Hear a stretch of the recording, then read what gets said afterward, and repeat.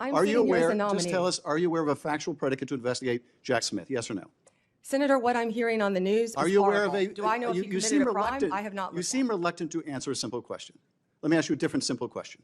The president also wants to jail Liz Cheney. Sitting here today, are you aware of any factual basis to investigate Liz Cheney? Yes or no? Senator, that's a hypothetical, and I'm not going to answer that question. No, it's not hypothetical. I'm asking you, sitting here today, whether you are aware of a factual predicate to investigate Liz Cheney. Senator, no one has asked me to investigate Liz Cheney. That is a hypothetical. The president has called for it publicly. You are aware of that, aren't you? No one has asked me to investigate But the president Liz. has We're also worried about Liz Cheney, The president has you know what called we for should this. be worried about? Ms. Bondi, please. Thank you, Mr. Chairman. Thank you, Mr. Chairman. Ms. Bondi, as you know, the Supreme Court in Trump versus United States held the president has absolute immunity to commit crimes in certain core areas of the president's responsibility. One of those core areas is the Justice Department. So in a breathtakingly dangerous and irresponsible decision, Justice Roberts and the majority held the president could commit crimes using the Department of Justice and be immune from prosecution. Justice Sotomayor correctly said this new immunity lies about like a loaded weapon. So the fear and the concern we have is that the incoming president will use that loaded weapon, that immunity, to commit crimes through the Department of Justice. And for that reason, it is all the more important that we have an attorney general who has the independence, the strength, the intestinal fortitude to say no to the president when it is necessary. So my first set of questions has to do whether you have the independence to say no when you must say no. And you can say this is hypothetical, but it is not hypothetical. So let me start with one very specific non-hypothetical. The president has said Jack Smith should go to jail. Will you investigate Jack Smith? Senator, I haven't seen the file. I haven't seen the investigation. I haven't looked at anything. It would be irresponsible of me to make a commitment regarding anything without, you're a long practicing attorney, without looking at a file. So you would need a factual predicate to open an investigation of Jack Smith, is that right? Not a summary by you sitting here. Yes, sir. And not a summary by the president either, right? Absolutely. So a summary by the president or his desire to investigate Jack Smith would not be enough for you to open an investigation of Jack Smith, is that right? I will look at the facts and evidence in any case. And sitting here today, Senator, 72% of Americans have lost faith in the Department of Justice. Sitting here today, are you aware of any factual predicate to investigate Jack Smith? Sitting here today, yes or no? Senator, I will look at the facts and the circumstances. You can't answer that question. Brought to me. You're not a part of the department yet. There's no worry about divulging law enforcement sensitive information. So just tell us, are you aware? Just tell us, are you aware of a factual predicate to investigate Jack Smith? Yes or no? Senator, what I'm hearing on the news is Are you aware horrible. of a? Do I know if you committed a crime? I have not. You seem reluctant to answer a simple question. Let me ask you a different simple question. The president also wants to jail Liz Cheney. Sitting here today, are you aware of any factual basis to investigate Liz Cheney? Yes or no? Senator, that's a hypothetical, and I'm not going to answer that question. No, it's not hypothetical. I'm asking you, sitting here today, whether you are aware of a factual predicate to investigate Liz Cheney. Senator, no one has asked me to investigate Liz Cheney. That is a hypothetical. The president has called for it publicly. You are aware of that, aren't you? No one has asked me to investigate But the president Liz. has We're called, also worried about Liz Cheney, The Senator. president has you know called what we for should be worried about? Ms. Bondi, the please crime rate answer in my California questions. right now You is are aware, through the roof. Ms. Bondi, Your robberies are 87% higher than the national my question average. Is this. That's what I my want to question be is focused this. on, Senator. Do you have the power to say no to the president? General. And what you're suggesting today by your non-answer is you don't have the independence to say no to the president. So let me ask you a different question. It also requires you, if you're going to be a good attorney general, to be able to tell hard truths to the president. So my questions now are, can you tell hard truths to the president? So let me start with an easy truth that you could speak to the president. Can you tell us, can you tell him that Donald Trump lost the 2020 election? Can you say that? Do you have the independence to say that? Do you have the gravitas, the stature, the intestinal fortitude to say, Donald Trump, you lost the 2020 election? Can you tell us that here today? Senator, what I can tell you is I will never play politics. You're trying to engage me in a gotcha. I won't do it. I won't play politics with any ongoing investigation, so let me ask you another, like you did leaking your colleague Devin Nunes's memo. If you can't answer the question, let me ask you a different, what should be a simple truth, not a hard one. Was there massive fraud affecting the result of the 2020 election, yes or no? Senator, I'm glad you asked that question. If you'll let me answer what I saw in Pennsylvania. No, I asked a simple question about massive fraud. I can only tell you what I saw in Pennsylvania. I know you want to answer a different question, but my question is, can you tell us whether there was massive fraud affecting the results of the 2020 election? Yes or no? Was there I or can was there tell not? you what I saw when I went as That's an not my, advocate that's to not the my campaign. question. So you can't answer that question. You can't speak that even easy truth to us, let alone to the president. So let me ask you a different question. It will also be important that you give good advice to the president. Are you prepared to advise the president not to pardon people who beat police officers? Senator, as I said, the pardons are at the direction of the president. We will look and we will advise. I will look at every case on a case. so Let you're me finish. looking- On a case-by-case Okay, basis. okay, good. And I let me abhor violence to police officers. follow up with that.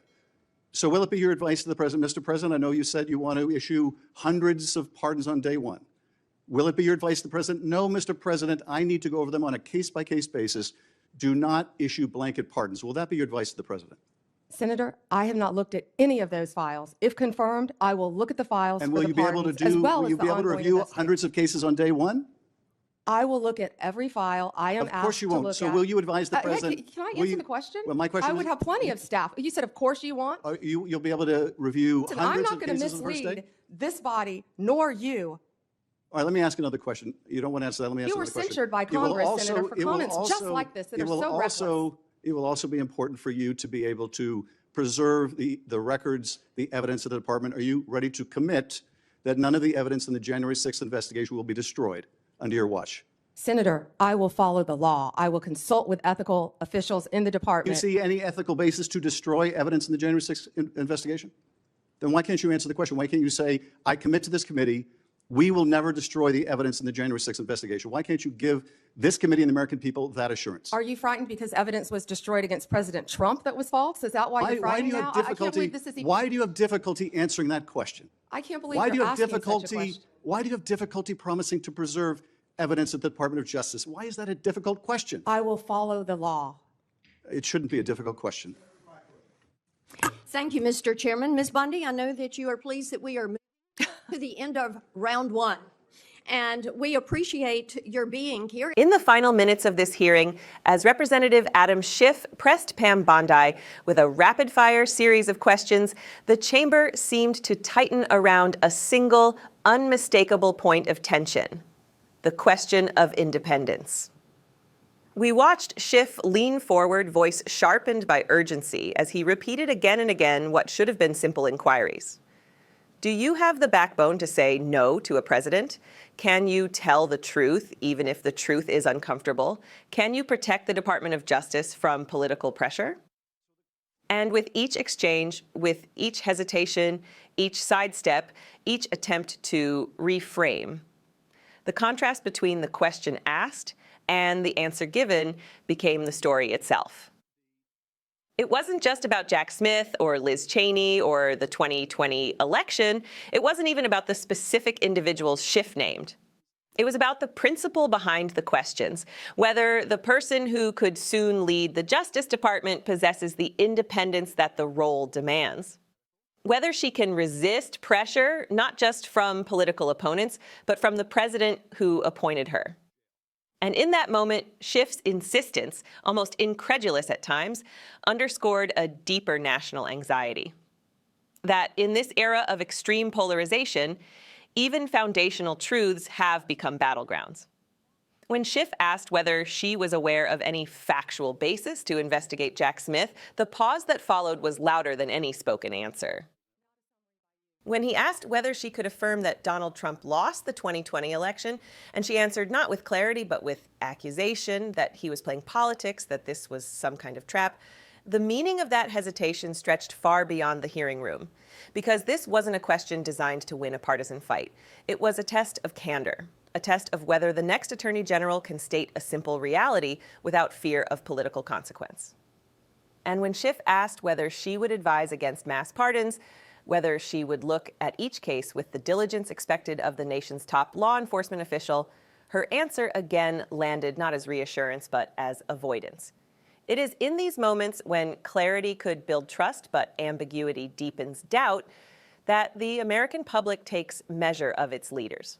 Not by their rehearsed statements, not by their prepared opening remarks, but by the truths they are willing nor unwilling to speak under pressure. This hearing revealed something far more profound than a difference in ideology. It exposed the fragile space between political loyalty and constitutional duty. Schiff framed it with stark clarity. The Supreme Court's recent ruling on presidential immunity, a ruling that grants extraordinary power within certain domains, now places an even heavier burden on the Attorney General's independence. If the president wields what Justice Sotomayor called a loaded weapon, then the Attorney General becomes the final checkpoint, the last barrier against political will morphing into unchecked authority. And it was here, in this crucible, that Schiff pushed hardest. Could Bondi guarantee the preservation of evidence from January 6th? Could she look the American public in the eye and say that justice, real justice, would not be compromised, manipulated, or erased? When she answered only that she would follow the law, his frustration crystallized into a simple, piercing question. Why is this so difficult to say? The tension in the room wasn't just political. It was moral. It was institutional. It was historical. Because hearings like this are more than partisan sparring. They are checkpoints in the ongoing test of America's democratic resilience. They force us to consider who we entrust with power and whether those individuals understand the weight of that trust. In these moments, the hearing becomes a mirror. It reflects not only the nominee, but the branches of government that surround her. It reflects the tension between truth and political allegiance. It reflects the anxieties of a nation that has watched institutions stretched to their limits, tested in ways few could have imagined even a decade ago. Schiff's questioning, sharp, relentless, and at times confrontational, was not merely an attack. It was a reminder that the legitimacy of the Justice Department rests on its independence from the very political forces it may need to investigate. His insistence was a plea spoken on behalf of millions of Americans who have watched faith in the Justice Department decline. A plea not for partisan advantage, but for clarity, for honesty, for an affirmation that the rule of law is not negotiable. And Bondi's responses, careful, cautious, hesitant, will now be parsed by legal scholars, political commentators, and citizens alike. Because leadership is not just about policy. It is about the courage to confront reality, even when that reality is uncomfortable, especially when that reality is uncomfortable. As the gavel fell and the first round of questioning came to an end, the underlying question lingered in the air. Can the next Attorney General stand firm when the pressure mounts? Will the Justice Department be guided by facts or by political winds? Will truth be spoken plainly or filtered through calculation? In a democracy, these questions matter. They shape the integrity of institutions. They shape the trust of the people. They shape the possibilities of justice itself. This hearing did more than expose conflict. It revealed the stakes. It reminded us that independence is not a slogan. It is a responsibility. And that responsibility demands clarity, honesty, and the willingness to stand alone if necessary. As this chapter of the hearing closes, one truth emerges. Democracy depends on those who are willing to defend it, even when the path is steep, even when the pressure is immense. If we want institutions that serve the people, we must insist on leaders who put principle before politics, truth before convenience, and country before loyalty. Thank you for watching, and if you believe in holding power accountable, if you believe in transparency, integrity, and the defense of American democracy, make sure you subscribe to Liberty Report USA.